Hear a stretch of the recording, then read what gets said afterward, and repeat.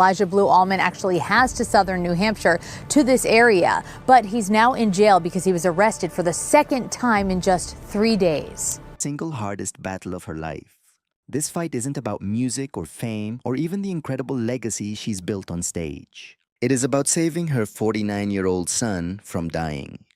The court documents she filed last week read like a complete horror story. And what you're about to hear might honestly break your heart, and it will make you question absolutely everything you thought you knew about this family. This was the desperate petition that shook Hollywood. On Wednesday, April 15th, 2026, Cher led her legal team into the Los Angeles County Superior Court and filed what has to be one of the most painful documents a mother could ever possibly sign. In the petition, she asks a judge to place her youngest son, Elijah Blue Allman, under a temporary conservatorship for his finances, because in Cher's own words, he is now gravely disabled. Her attorney is Justin Gold, a specialist in probate law.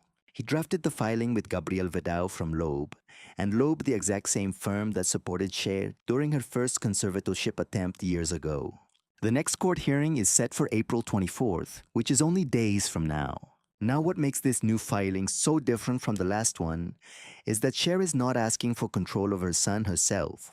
She apparently learned a lesson from watching the Britney Spears disaster. This time, she is nominating a professional, a licensed private fiduciary named Jason Rubin to manage Elijah's finances. This petition is strictly for his financial estate, not his person, because Elijah is already locked up inside a New Hampshire psychiatric hospital awaiting trial on serious felony charges. The opening lines of this petition are simply devastating.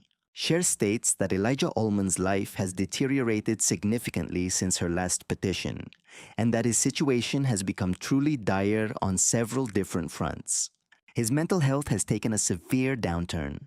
His financial situation is in ruins, and his battle with substance dependency is worse than ever.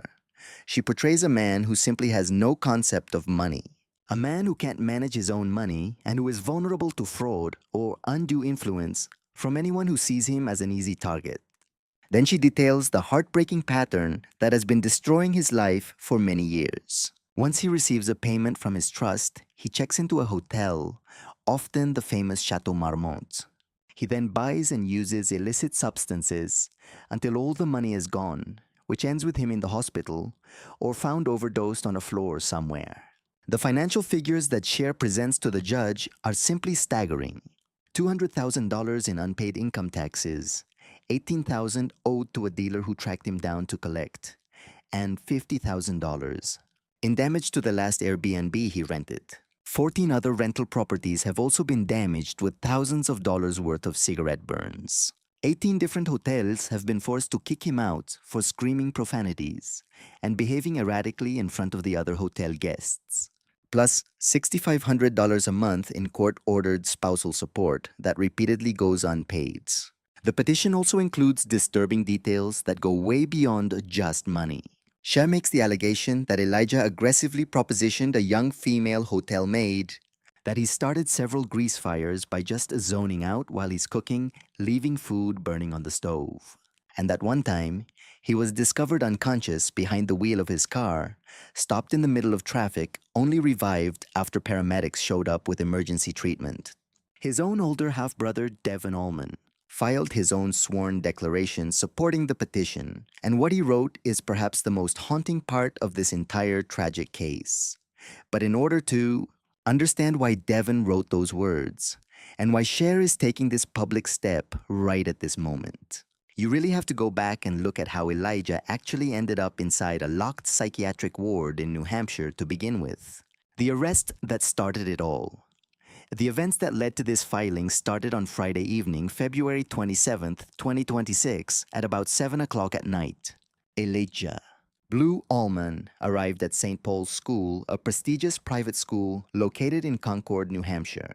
That night, it was hosting both a playoff ice hockey game and the school's annual winter dance. A woman in her late 40s drove him there. She was questioned later on by authorities, but was never detained. Elijah told staff he was a prospective parent, and he used that excuse to slip inside the dining hall as the students were exiting. What he did next completely shocked the staff. He was openly smoking, making inappropriate remarks to young female students, and acting hostile toward any adults who tried to intervene. The situation then escalated when he physically poked a student using his cane.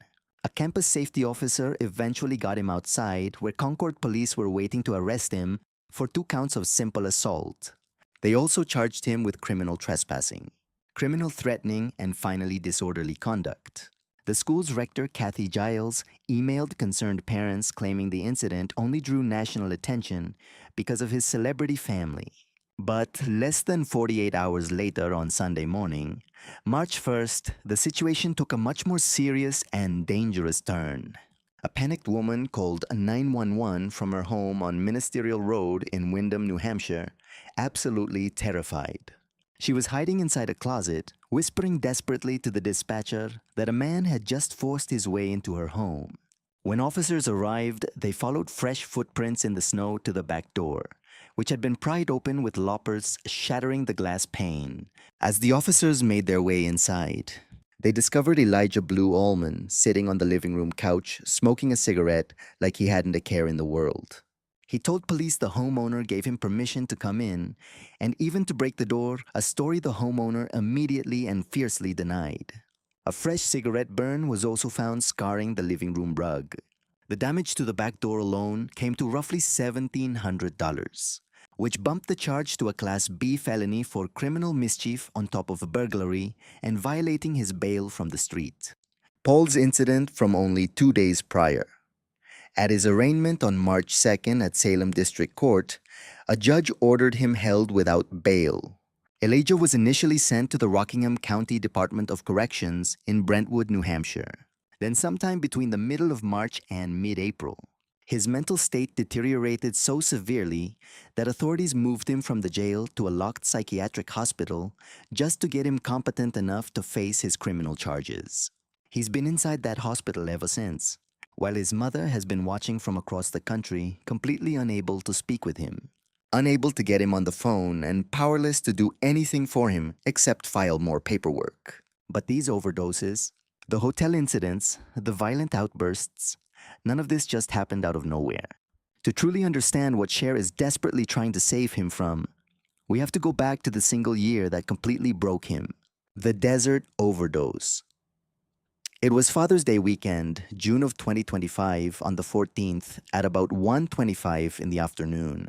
Sheriff's deputies from San Bernardino County's Morongo Basin Station were dispatched to an emergency call at a private residence in Landers, California. The caller stated that a man inside the home was behaving erratically. When the deputies arrived, paramedics were already desperately trying to help him. They found drug paraphernalia all over the house, and Elijah was immediately rushed to a hospital there in Joshua Tree, where the medical team just narrowly managed to save his life. Entertainment reporters on the scene said he was extremely lucky to have survived that day. Cher reportedly flew to his side within a few hours. He remained in the hospital recovering until around June 22nd, when doctors gave him the all clear. Soon after, his estranged wife, Mariangela King, also known as Queenie, released a statement to People magazine. She acknowledged that while it was true, Elijah had faced many personal challenges over the years. His dedication to his sobriety and his loyalty to the ones he loved were 2 things that had never wavered. She added that she would always root for him out of a deep respect for the incredible resilience he continued to demonstrate.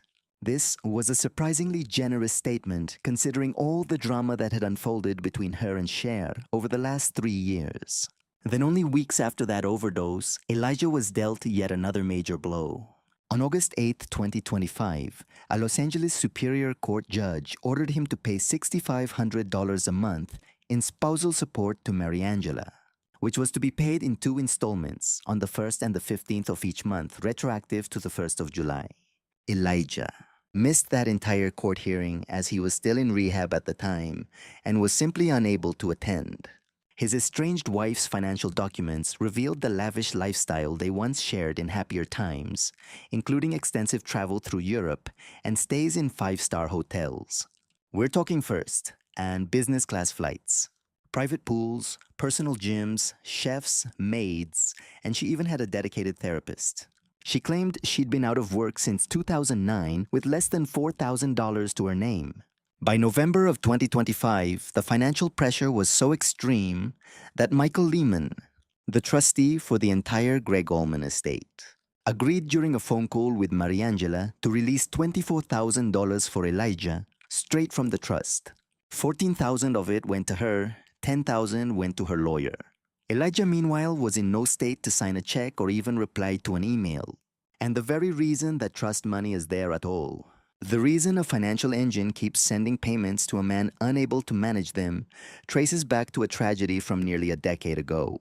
It came from the father who left him both a fortune and a curse. On May 27, 2017, Blue Allman, the legendary founder of the Allman Brothers Band, passed away at his home near Savannah, Georgia. He was 69 years old. The liver cancer had tragically spread to his lungs, and it took him much faster than his family ever expected. His estate was valued somewhere in the range of $5 million to $25 million, depending on which source you were reading at the time. Now, Greg himself had battled substance addiction for much of his own life. It was a detail Cher discussed openly in a Vanity Fair interview back in December 2010, admitting he was just an amazing man who also happened to be an addict. The structure Greg created is officially called the G.A. Robbins Descendants Irrevocable Trust, run by his longtime manager Michael Lehman. According to its terms, Elijah gets $30,000 every 3 months, totaling $120,000 each year.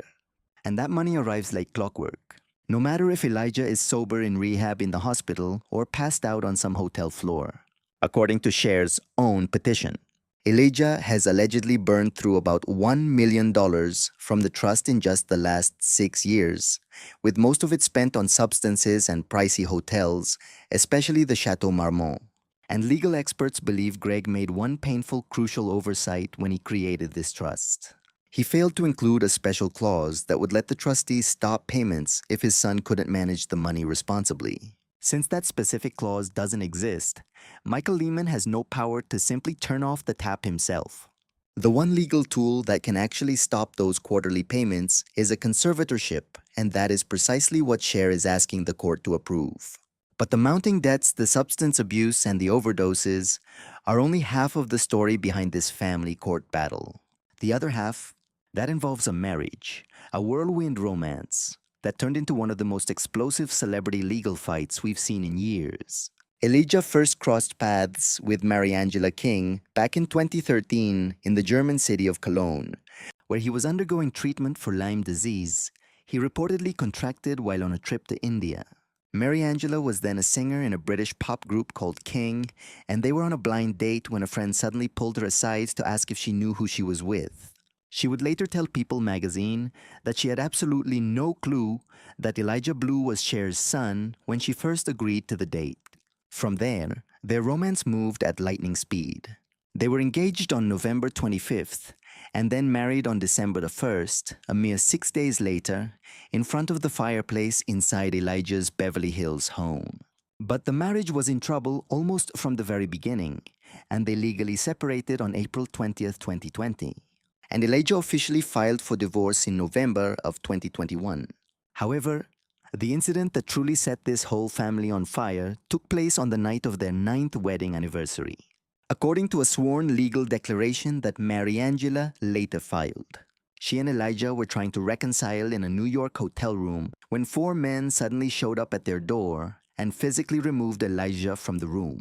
Mariangela claimed one of those men told her directly that they were hired by Elijah's mother. Now, when this declaration became public, the internet absolutely erupted with accusations that Cher had basically kidnapped her own adult son. Cher later responded in an interview with the New York Post, and her words were pure vintage Cher. This is what she said. She denied it, but added that even if she had done it, she would never admit it anyway. Cher said, "You simply never stop being a mother. That you go to war and do absolutely anything when you are trying to save your children." And frankly, she really didn't care what anybody thought about it. This whole mess was supposed to be settled years ago before this second petition was even filed, after the very first conservatorship attempt failed. On December 27, 2023, Cher launched her first attempt at a conservatorship with her attorney. Gabriel Vidal, who told Judge Jessica Uzcategui in open court this was literally a life and death situation for her son. Vidal argued that Elijah had been placed on involuntary psychiatric holds not once but multiple times that year, and that he had a secondary diagnosis of schizoaffective disorder complete with periods of psychosis.